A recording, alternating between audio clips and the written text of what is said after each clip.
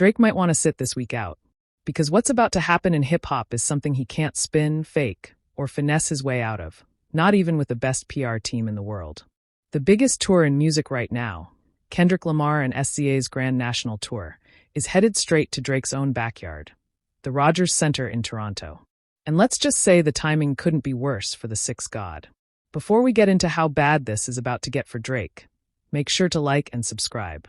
This is the kind of moment that rewrites rap history, and trust me, you don't want to miss what's coming. Now back to Drake, aka the man who spent the past year running from Kendrick like it's an Olympic sport. At this point, it's not even a beef. It's a one-sided masterclass in silence and evasion. And yet somehow, as Kendrick prepares to dominate the very city Drake claims as his kingdom, Drake's response? Petty posts, passive-aggressive likes, and the same tired attempts to discredit Kendrick's legacy.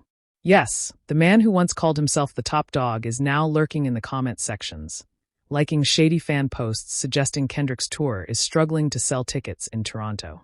That's right. Instead of facing the music, Drake's trying to clown Kendrick and SZA over ticket prices. But here's the twist. It's all cap. Because not only is the Grand National Tour projected to sell out both nights at the Rogers Centre, it's actually one of the highest-grossing hip-hop tours of all time. Drake knows this. He's watching it happen, and it's tearing him up inside. Let's be real. Drake has never headlined a stadium tour like this. Not because he couldn't, but because he wouldn't dare. The energy Kendrick brings is something Drake can't fake. This tour is proving that Kendrick isn't just a great rapper. He's a cultural force. And Drake, he's starting to look like the guy who peaked too early and stayed too long. The desperation is showing.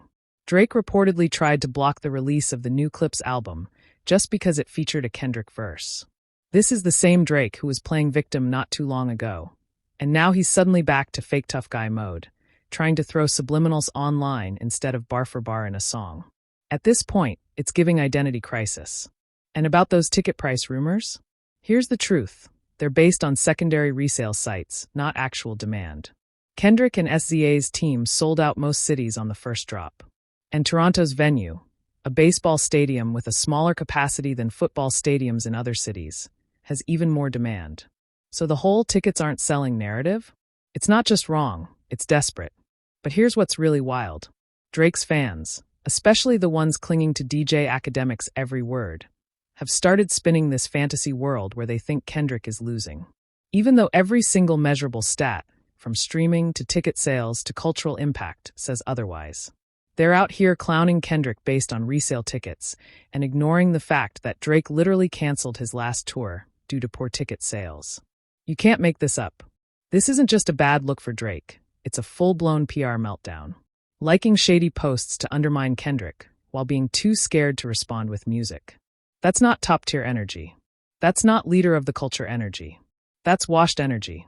And that's why Kendrick Lamar pulling up to Toronto for 2 back-to-back stadium nights isn't just a flex. It's a funeral. For the narrative. For the myth. For the illusion that Drake is still that guy. Because once Kendrick hits that stage in the heart of Drake's city, and bodies it the way he has every other city on this tour, there's no hiding, no spinning, no fake tough talk that can save Drake's reputation. And deep down, even Drake knows it.